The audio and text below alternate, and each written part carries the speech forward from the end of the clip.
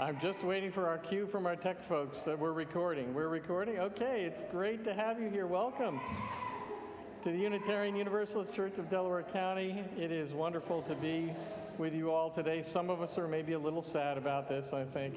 But we are so excited to see all of you here and all of you who are joining us via Zoom. When I last checked, there are about 50 of us online right now, as well as those who are here in the service. I am very pleased to be leading worship with you this morning with Chrissy Bushyager, our Director of Religious Education, Bob Rowland, our Music Director. We are going to be hearing a lot of music from the UUCDC Virtual Choir this morning. They are going to provide some beautiful musical gifts for us. Is that a phone ringing? Oh, it's a walkie-talkie. Okay. So if you are joining us remotely, we welcome you to stay on after the service for a virtual coffee hour. You will be invited to join a breakout room if you would like to do that. I also want to remind you that there is closed captioning available for those who are online.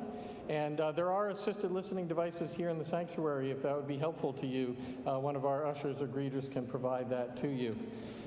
I would like to thank all of the folks in the tech room this morning. We have Marilyn Huff, Patrick Stagel, Will Emmons, John Davies, and Rob Sartain. No, John, you're not in there this morning? Okay, you're teaching today and you're leading the fund drive, so you're not going to do everything today, right?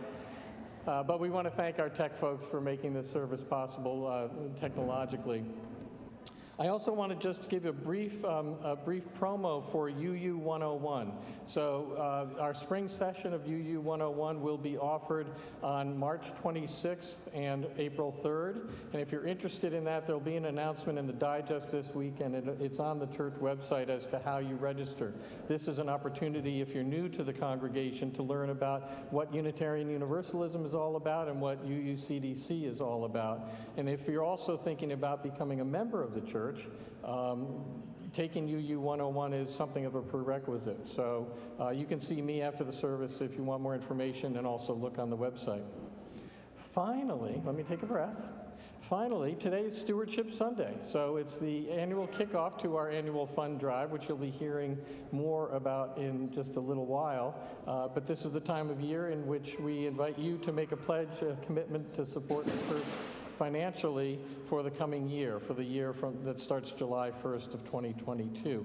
So for the next several weeks, we are going to be inviting members of the congregation to come forward and tell us a little bit about their connection to the church, what the church means to them, and how deeply meaningful participating in the pledge drive is. So Chrissy, do you have anything to add?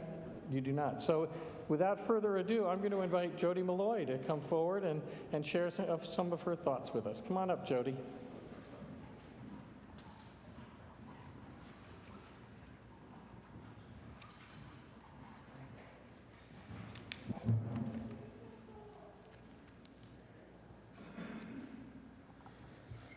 I walked into this church for the first time 25 years ago. I remember it so vividly. I was really scared, but I was looking for something because I was lost. I had been on a path all my life. I had excelled in high school, went to an amazing college, excelled at my job, I was on the partner track, but none of it made any sense anymore. I was miserable. I couldn't get up for work, couldn't get out of bed. I lost my job, and I thought, maybe if I came every week to a place that helped me think about what was important to me, I wouldn't have sunk so deeply. And that is exactly what UUCDC has been for me. UUCDC helps me grow spiritually. I value everyone that I meet. I really see each person. I have more empathy. I have more love. UUCDC helped me identify the work I wanted to do and get my dream job. As I raised my kids, UUCDC helped me parent in a very intentional way that was true to my values. UUCDC helps me live my values through our social justice work. UUCDC and Unitarian Universalism helped me learn more about being anti-racist and confront the white supremacy culture ingrained in me. UUCDC makes me a better me, and for that, I am extremely grateful. I love this church. That is why I give back to UCDC as much as I can. I volunteer. I've held so many positions in this church that I can't tell you all of them or we'd be here forever. I love serving this church. I make so many amazing friendships when I serve, and I always grow and learn. Currently, I serve on the hospitality team, the auction team, and the board. It is such an exciting time to be on the board. We are starting to look beyond this pandemic and vision our future at UCDC. Because visioning is a good periodic thing to do, and because, as you know, we will be going through a ministerial transition. Having a well-articulated vision for our church will entice strong ministerial candidates and ensure better alignment between minister and congregation. We will be inviting the entire congregation to vision with us, and I think that is very exciting. The other way I give back to UCDC is I give financially. I give financially to UCDC in a manner that is in alignment with all that UCDC is for me. I take my giving to UCDC very seriously. Since UCDC sustains me, I sustain UCDC. I want Chrissy to be our full-time DRE. My kids grew up on UCDC's RE program. I want the program to be here for all the current and new families. This year's ask is a 10% increase in giving. I increased my pledge 10%. I hope you will consider how much UCDC means to you, and you'll join me.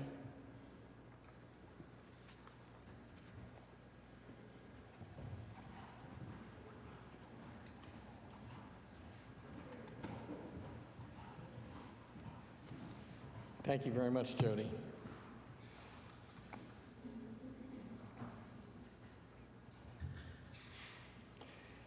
And now we are going to participate in the opening hymn. We're not going to sing because we're still restricted from singing even with our masks on, but Bob is going to offer our opening hymn, When the Spirit Says Do, and there are several opportunities to get up out of your seats and to do along with the song. So when the Spirit says do, we can do something like this, whatever you feel moved to do. When the Spirit says dance, we can dance. When the Spirit says stomp, we can stomp. When the Spirit says clap, we can clap. So let us rise in body or in spirit and join in participating in the opening hymn.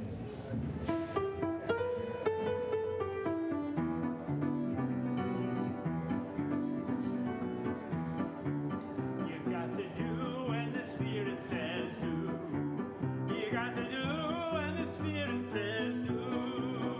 When the Spirit says do, you got to do, oh Lord. You got to do when the Spirit says do. Spirit says do. Spirit says do. Spirit says do. Spirit says do. Spirit says do. Spirit says do. You got to dance when the Spirit says dance. You got to dance when the Spirit says dance. When the Spirit says dance, you got to do. Dance, oh Lord, you got to when the Spirit says dance. Spirit says dance. Spirit says dance. Spirit says dance. Spirit says dance. Spirit says dance. Spirit says dance. You gotta stomp when the Spirit says stomp. Gotta stomp when the Spirit says stomp. When the Spirit says stop, you got to stomp, oh Lord. You got to stomp when the Spirit says stomp. Spirit says stomp. Spirit says stomp. Spirit says stomp. Spirit says stomp. Spirit says stomp. Spirit says stomp. You gotta clap when the Spirit says clap. You gotta clap when the Spirit says clap. When the Spirit says clap, you gotta clap, oh Lord. You gotta clap when the Spirit says clap. Spirit says clap. Spirit says clap. Spirit says clap. Spirit says clap. Spirit says clap. Spirit says clap. Yeah, you gotta do when the Spirit says do. You gotta do when the Spirit says do. When the Spirit says do, you gotta do, oh Lord. You gotta do when the Spirit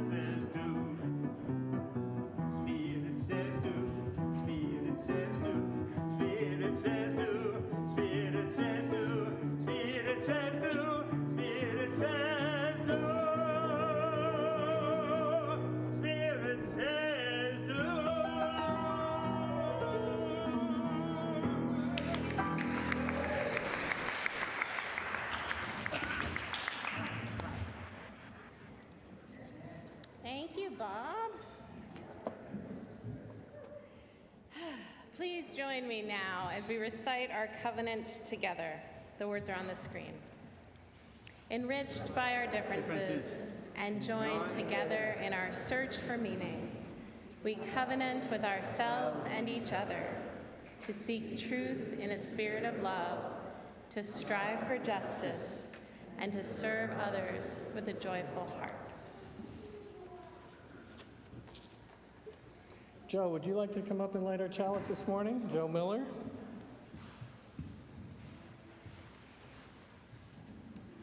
Our chalice lighting words this morning come from the Reverend Peter Rabel, who served as senior minister of the University UU Church in Seattle, Washington for 37 years. He wrote these words: "We build on foundations we did not lay. We warm ourselves by fires we did not light. We sit in the shade of trees we did not plant. We drink from wells we did not dig. We profit from persons we did not know. This is as it should be. Together, we are more than any one person could be. Together, we can build across the generations. Together, we can renew our hope and faith in the life that is yet to unfold. Together, we can heed the call to a ministry of care and justice. We are ever bound in community. May it always be so." Thank you, Joe. I invite you now into a deeper place of worship as we enjoy our loving kindness meditation, which we have both musically and visually on our screens.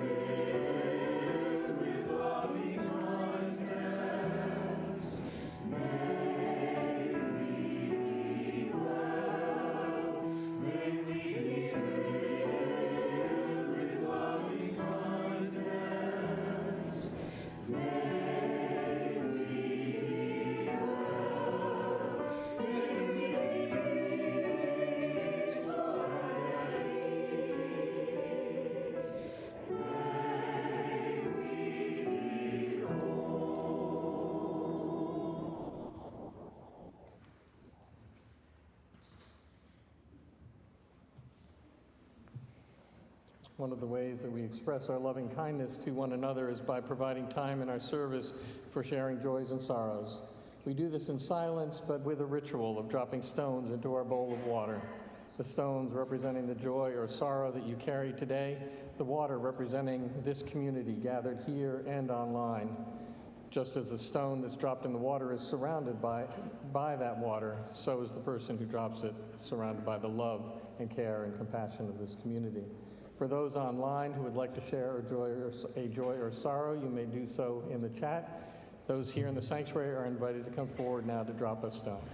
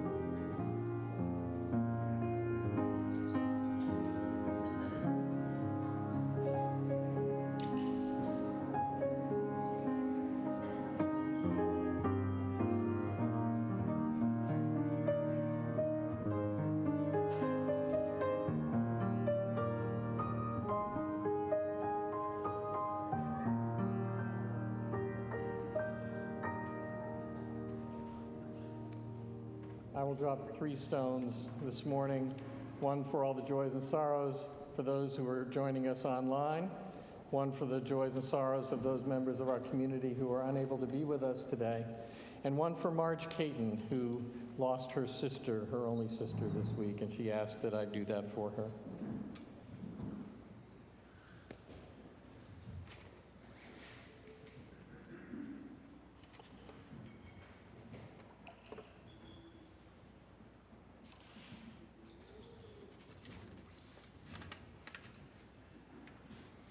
Please join me now in a time of prayer.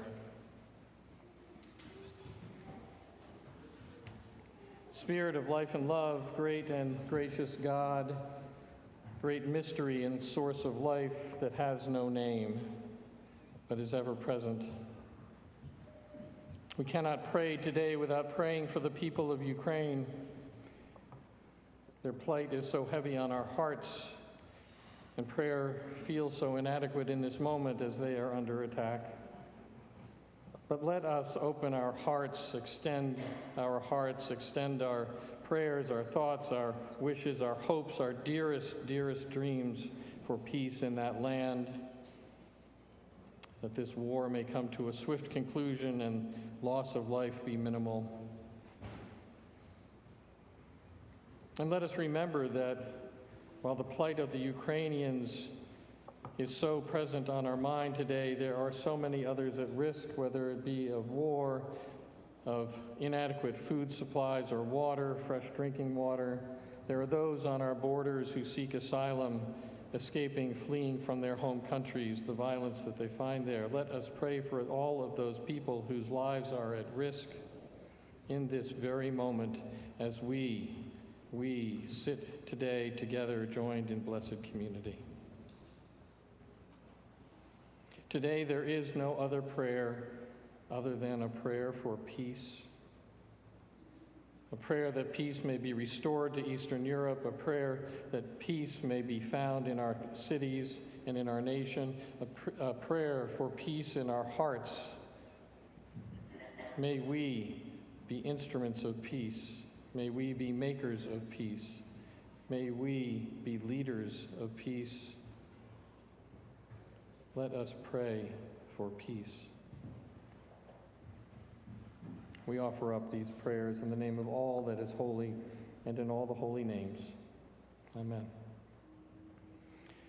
I invite you now to rise in body or in spirit as we do the movements. We move our bodies along with Spirit of Life. We share this prayer, this sung prayer every Sunday. And so Christy and I will lead you as Bob plays the song on the piano. Oh, no, I guess we have it pre-recorded. That's right. The UUCDC virtual choir will lead us in Spirit of Life. So we start by representing the chalice flame, our Spirit of Life, in this motion.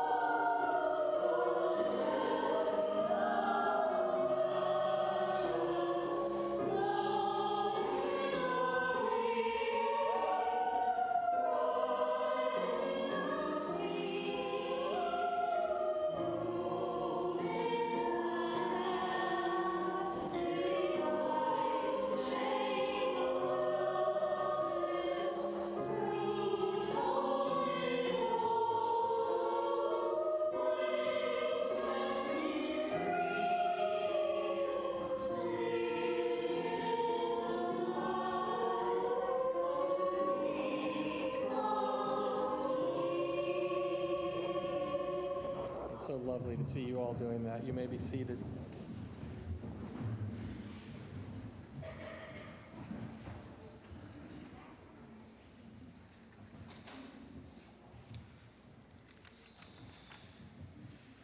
Good morning. Today I'm going to tell a story about a tree, and this is a story by Lynn Gardner. So this tree is huge. Imagine a really, really massive tree, a tree that it takes 6 people holding hands to get around the trunk of this tree. Just a really big tree, and it sits in the town square, and the roots go very, very deep, and the branches branch out to cover almost the whole square. The leaves provide shade in the summer and protection from a little bit of a rainstorm. There's fruit that grows on the tree, fruit that is like the sweetest, ripest, most delicious fruit you can imagine. The people in the village love this tree. They visit the tree. The children play under it. They run around and play games. They climb in the branches. Young people know that if they whisper their dreams under the tree, those dreams, they might come true. People declare love under the tree, believing that love declared under the tree has a better chance of blossoming. And the old folks come back and visit the tree because they know that that is where so many of their hopes and their dreams and their declarations of love are being held for them. One day, a merchant was walking through the village and saw the tree and felt a little hungry, and so picked a piece of fruit from the tree and ate it. And of course, it was delicious. It was the most delicious piece of fruit he had ever eaten, and he thought, I could take some of this fruit to the next village and sell it, and I would make a ton of money, because this fruit is truly exquisite. He looked around. There were no signs near the tree. It was on public property, so who was going to stop him? And he started to fill a basket with the fruit from the tree. Someone did stop him, though. There was a villager who was near the tree and came over to the man and said, I'm sorry, you can't take this fruit. You can have a piece to eat if you're hungry. That's totally fine, but you can't just take all the fruit for yourself. That's not how it works.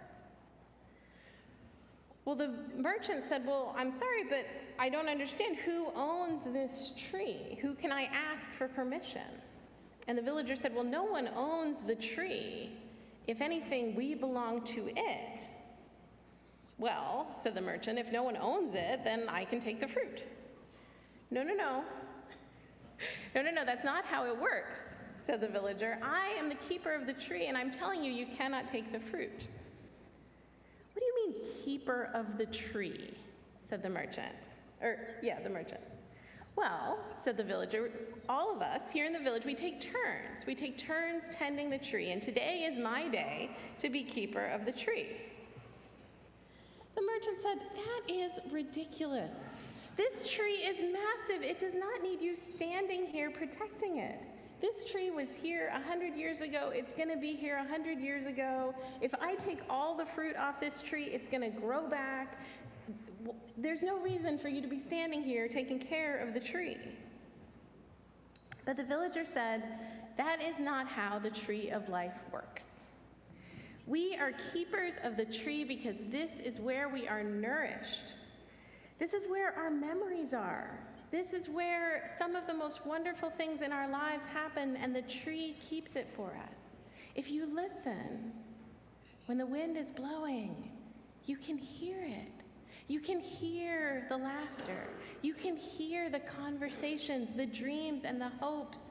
You can even hear the tears. You can hear them in the leaves of the tree. The tree is here for us, and so we must be here for the tree. Well, said the merchant, that might be fine and good, but it's still ridiculous that you're sitting here next to this tree all day. I understand what you think, said the villager, and I know that the tree itself doesn't need me to sit here and protect it. But what about the people who come? This morning, a woman came to the tree, and her heart was heavy with sorrow. And if I hadn't been here, there would have been no one to listen to her, to carry her burden with her. If I hadn't been here at lunchtime, the children whose ball rolled into the street wouldn't have someone to grab it for them and bring it back and listen to their laughter and play games with them. If I hadn't been here this afternoon, an older gentleman wouldn't have anyone to share his memories with, wouldn't have someone to sit with him and listen. And if I wasn't here when you came along, you would not understand that the tree is not here for you alone, but the tree is here for all of us. The merchant sat with that for a little while, sat under the tree with the keeper, just sitting for a little while, and then he got up and he left. And he was whistling a tune that he hadn't thought of in years. And as he walked out of the village, he smiled and said hello to everyone who passed him. And the people of the village, they continued on, living under the branches of the tree of life, sharing their gifts with one another. Thank you for listening to my story today. It is time for our children to go to religious education in just a second when we hear the song. I know you're all very, very excited, and I appreciate that. I'm very excited too. RE ends at 10:30, parents, so around 10:30, that'll be the time to go to the classrooms and pick up your kids. Bob will play our song once, the teachers will go and get ready, and then during the second verse of the song, our children can go out and join them in the lobby. Thank you.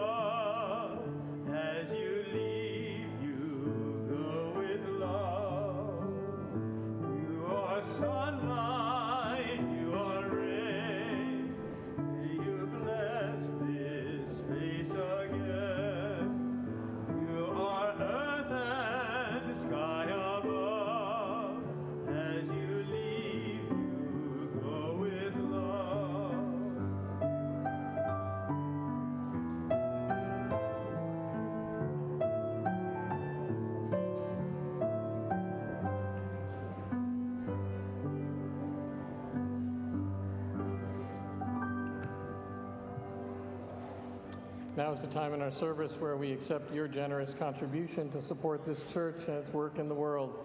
We do that by taking your gift electronically, receiving your gift electronically. This is not actually Share the Plate Sunday. That slide is a little off, but this is an opportunity for you to use your smartphone to text your gift to the church. You can text the amount you'd like to contribute with the word offering instead of STP to the number that's printed on your screen.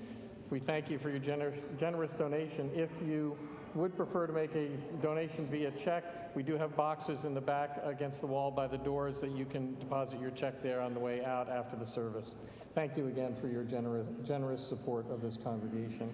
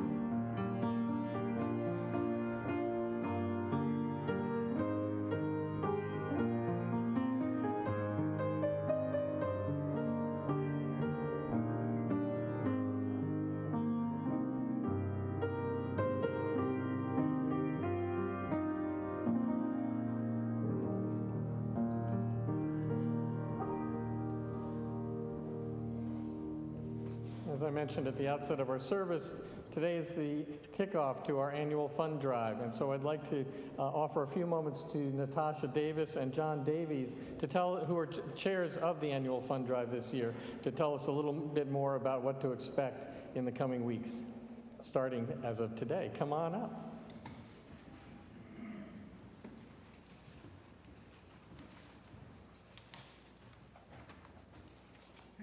Hi, I'm Natasha Davis, and this is John Davies, and we are excited to be leading this year's fund drive as we continue our journey as a congregation out of the pandemic and into a future whose shape isn't fully apparent yet.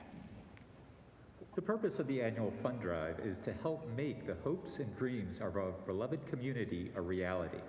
We, all of us, do this by providing the financial backing for the church budget. And we're just going to look at our timeline real quick.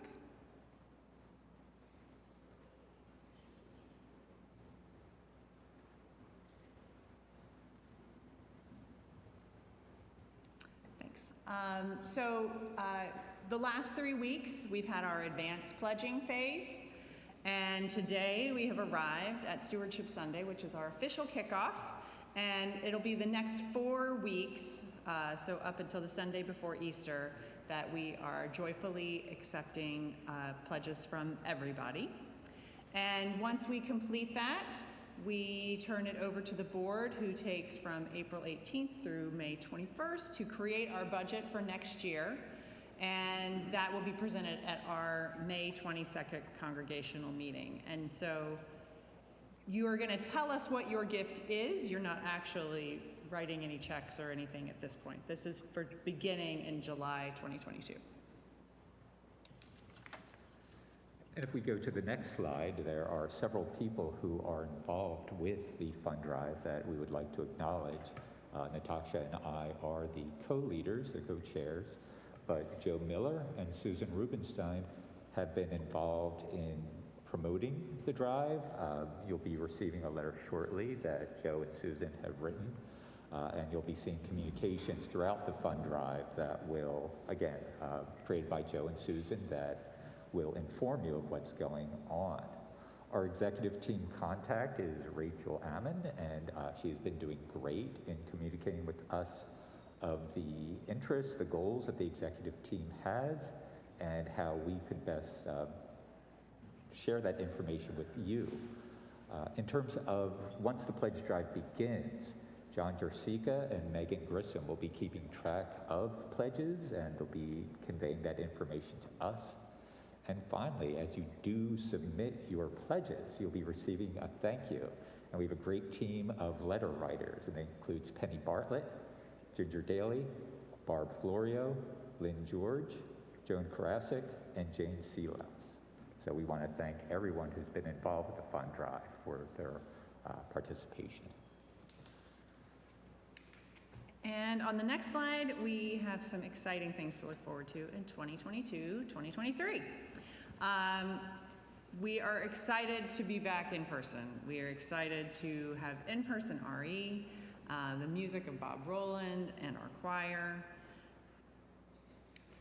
We're especially excited to be seeing our Director of Religious Education, Chrissy Buschhager, move from part-time to full-time status. And related to that, the development of a new religious education programming, including classes aimed at adults. We'll see work done on revitalizing and enhancing our church grounds and building. And we'll also be starting the process of identifying our next minister and imagining what UUCDC can and will be in the coming years. As the next slide will show you, our fund drive has begun, and we have started to receive donations. These things take time. All these things that we're looking for, all these things we're hoping for, these things take time, which so many of you willingly and joyfully give. But they also take money, which is why here on Stewardship Sunday, we are asking you to consider increasing your pledge for the coming church year. As your circumstances permit, an increase of 10% over your previous pledge, or stepping up your pledge to a level indicated on our Fair Share Giving Guide. That will be a link in the email you receive later, and there's also a hard copy on our pledge table outside. It'd be greatly appreciated, and it's vital to seeing the work of this church have an impact here in our community and in the larger world. As you can see on the slide, as you've been looking at the slide, to date we have raised $146,230 in pledges towards our fund drive goal of $461,000, which means we are 32% of the way towards our goal. So this afternoon, you will see your letter by email asking you for your pledge. We have a table in the lobby where you can stop by and talk to us. You can do our online pledge form. You can also do a paper pledge form now that we're back in person this year. Thank you for your time. Thank you for listening to us this morning. And thank you for your support in the 2022-2023 Fund Drive.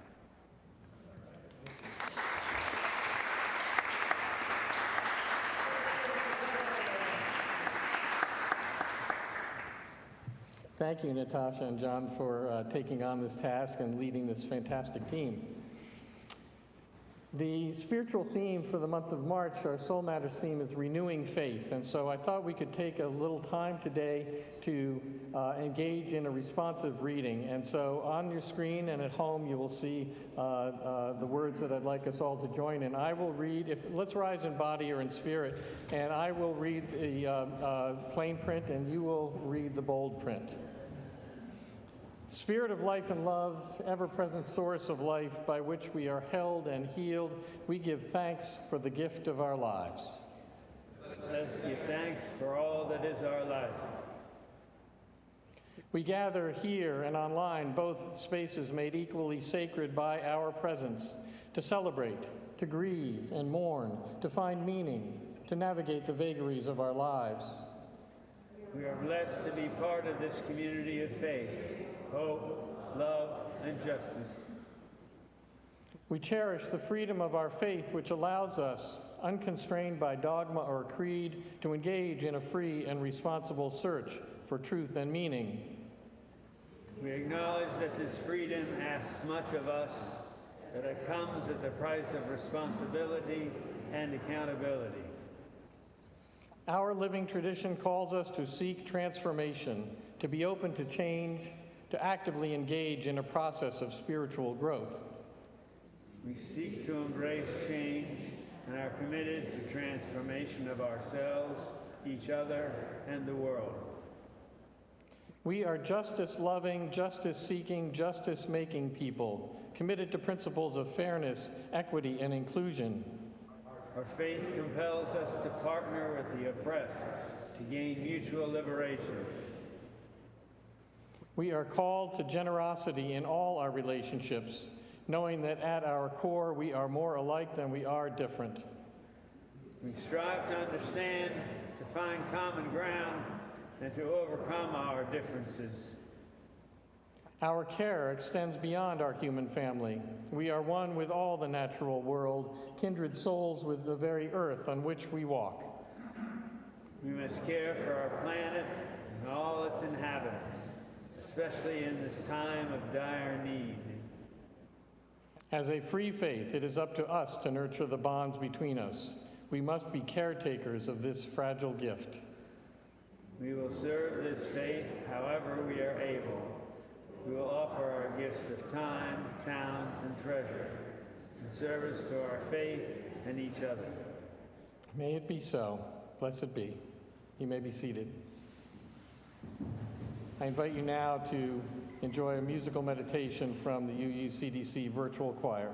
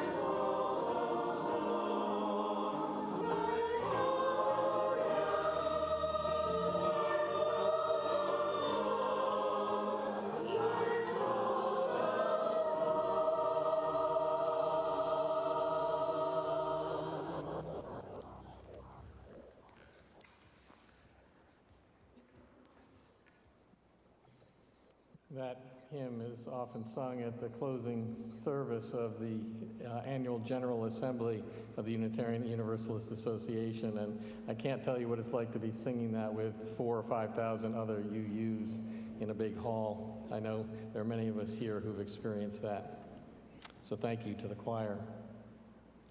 So for the next few minutes, I would like to invite you to engage in an act of recollection, an act of memory. Maybe for some of you, it's still an act of imagination. So if you're comfortable, I'd like you to get more comfortable. If you're carrying tension somewhere, take some deep breaths. If you're comfortable closing your eyes, feel free to do that as I offer up some guided meditation words. So, what I would like you to do first is to call forth a memory. A very specific memory of a specific day. It's the day that you first walked into a Unitarian Universalist church. Now I want you to remember first how you felt before you walked in the door. What was it you were feeling? What were you looking for? Had something happened in your life? What was it you were searching for? What was the need that brought you here? Were you feeling lost, lonely? Were you grieving? Maybe angry at the state of the world? Take a moment to picture the you that was you before you got in the car or walked to drive to this place or another UU church that you'd never been before. Hold on to that sense memory and breathe. Now, picture yourself walking into that UU church for the first time, the very first time. It may have been here or another congregation. How did it feel? Were you anxious, excited, curious? Can you picture who greeted you? Or did anyone greet you? Was there someone who made you feel welcome, or were you left alone to figure out where to go? Remember, if you can, who you were with and where you sat in that first sanctuary. Did someone in front of you turn around and greet you and shake your hand? Give you a smile? Remember, if you can, who the pastor was, what they looked like. Were they young, old? How were they dressed? Are there words from that first service you attended that you can still remember? Breathe now as you remember that first day, that first experience. And recall your reaction. How did it feel during the service and afterwards?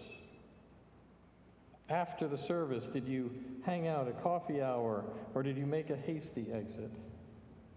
If you hung around, what was that like? Did you hold a red coffee mug that told everyone you were new? Did people approach you and engage you?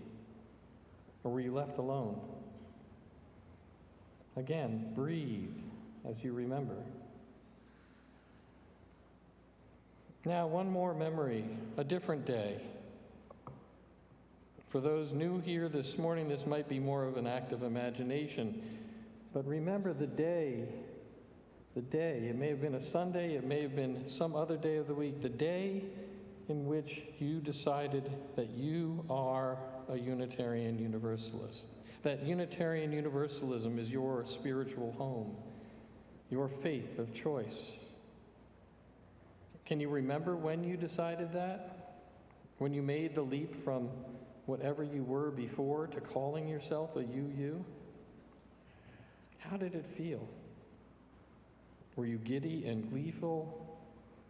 Did it feel like a big step or the most natural thing in the world? Allow yourself to recall that feeling when you claimed this faith as your own. Breathe.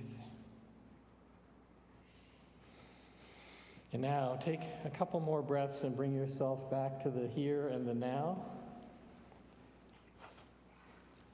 And I'm going to invite a few people We don't have a lot of time for this, but I'm going to invite a few people, if you're willing, to share some of what you remembered. So if you were willing to share, I'm going to bring a microphone to you. Just raise your hand.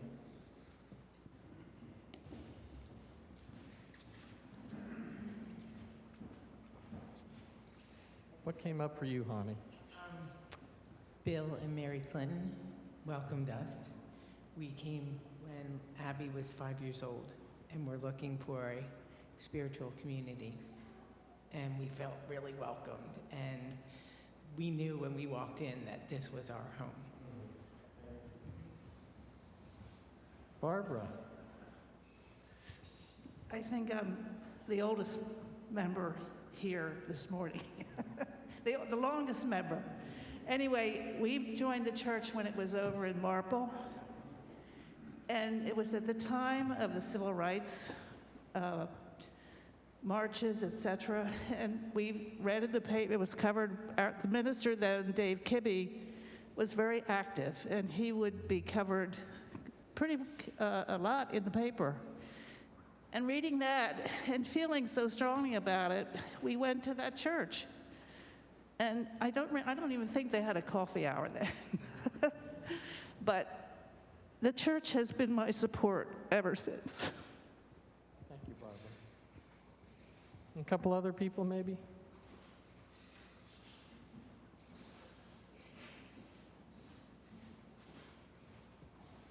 So I grew up in a Unitarian church, and I don't remember not being a Unitarian, but I do remember the Sunday school and making friends there. I remember walking across the churchyard to the sanctuary to pick up my mother, and sometimes it was hard to find her, but all of the adults were friendly, and it was a place I just knew I belonged. Thank you, Martis.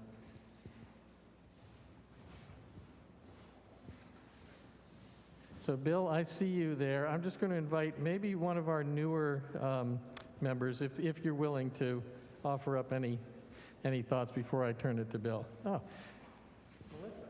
Hi, I'm Melissa. This is my first day today. My first time going to Unitarian Church was actually in Atlanta, and I remember walking in, and it was one of the most diverse congregations I'd ever seen. I grew up as a Lutheran in Illinois.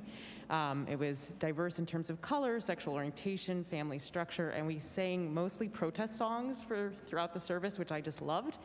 But today I want to say that Bill, I think is your name, right, was very welcoming. The hospitality person was very welcoming. I love this sanctuary with all the windows. It feels this feels like a very welcoming place, so thank you to everybody who's made me feel welcome today. thank you, Melissa. Bill, briefly?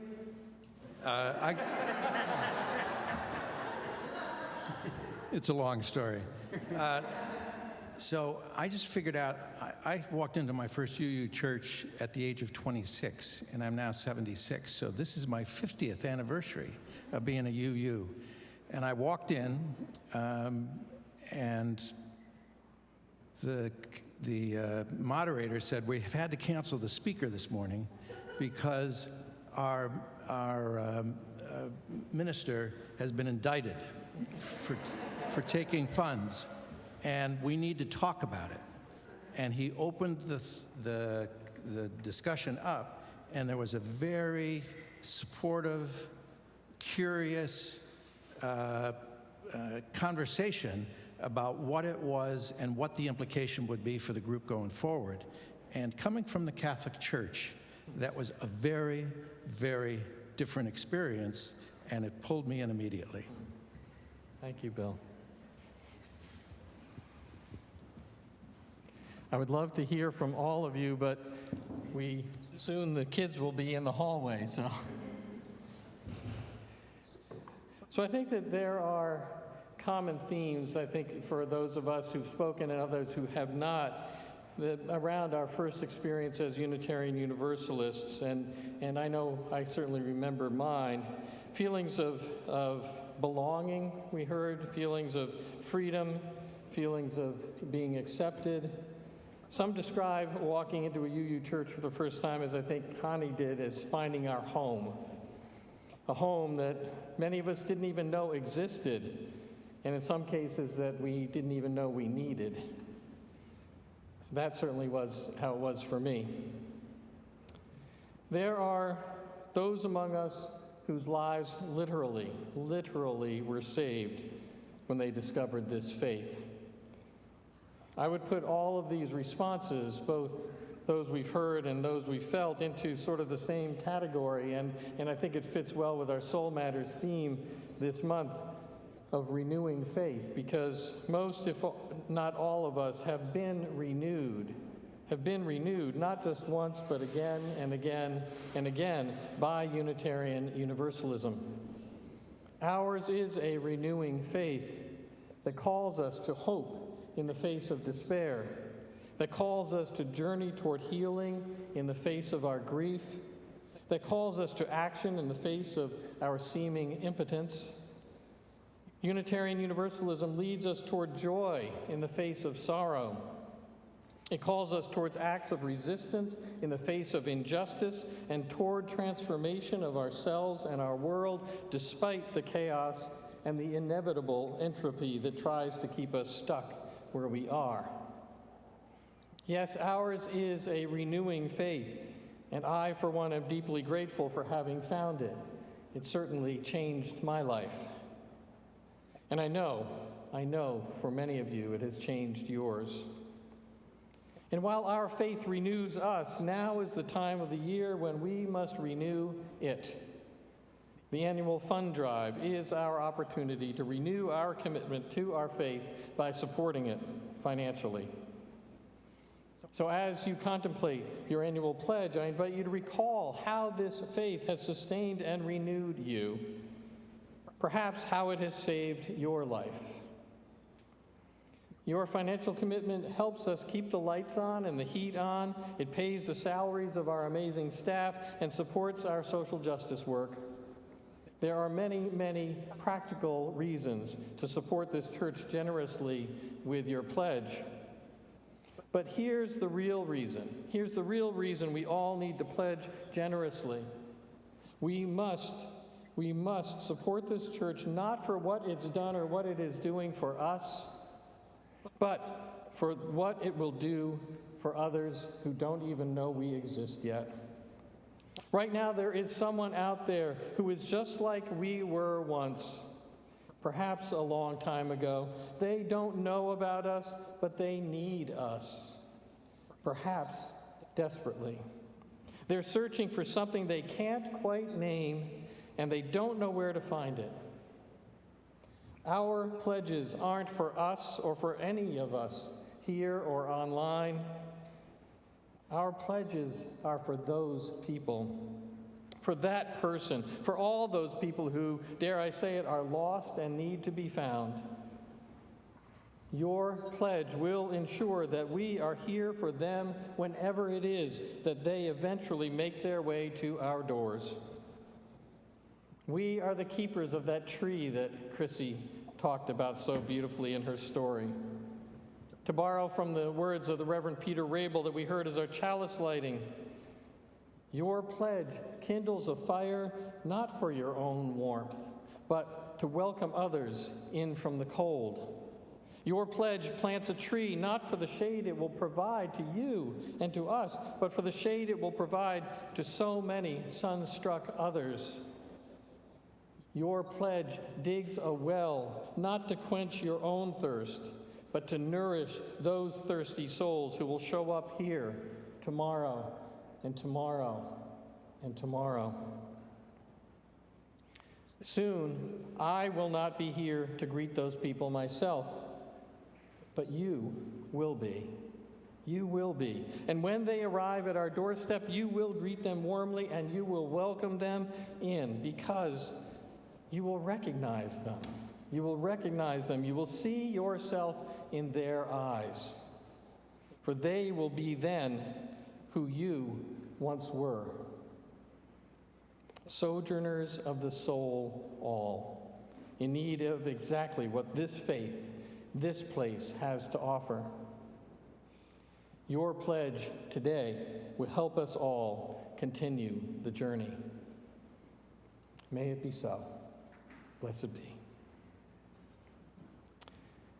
Our closing hymn today Is Blue Boat Home, a favorite of many? The choir has recorded this for us, and I would invite you at home to sing along. Those here, if you want to mouth the words behind your mask, feel free to do so. Let us enjoy this closing hymn that our UUCDC virtual choir has prepared for us.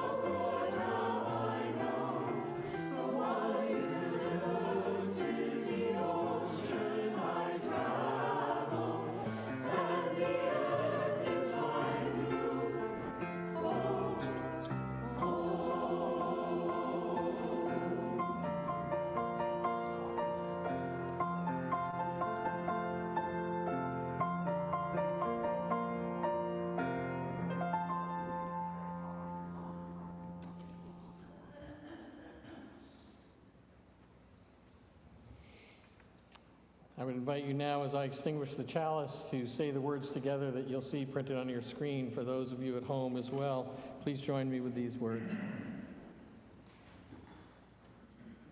Although we now extinguish our chalice flame, may we hold its warmth in our hearts in all the days ahead. Thank you all for being here this morning. Thank you to our tech team for doing such an excellent job. Marilyn, Patrick, Will, and Rob, thanks so much. Thank you to our hospitality team, our greeters, our ushers. Thank you for making this such a warm and welcoming place. Before we close with our benediction, I want to let folks know some great news. We raised more than $1,400 for our book drive for Chester East Side. And so Patty Hove, who's been organizing that, is in the process of purchasing the books and getting them to Chester East Side. And so through your generosity, we'll be able to get probably 2 or 3 or maybe even 4 books for each of the students of Chester East Side. So thank you all for making that such a successful endeavor. I want to remind the folks online, first of all, I want to apologize to the folks online. I meant to invite you to share in the chat what your recollections were when you first came to UU Church. So I apologize, I just blanked out on that. But I also want to remind you that you are able to stay for a virtual coffee hour, and maybe you could share those memories with one another when you do. So now I invite you all to rise in body or in spirit. If you're comfortable taking the hand of someone nearby, I invite you to do that. If not, you can raise hands in a virtual hand holding with those at home as we say these words together. For those who come here seeking God, may God go with you.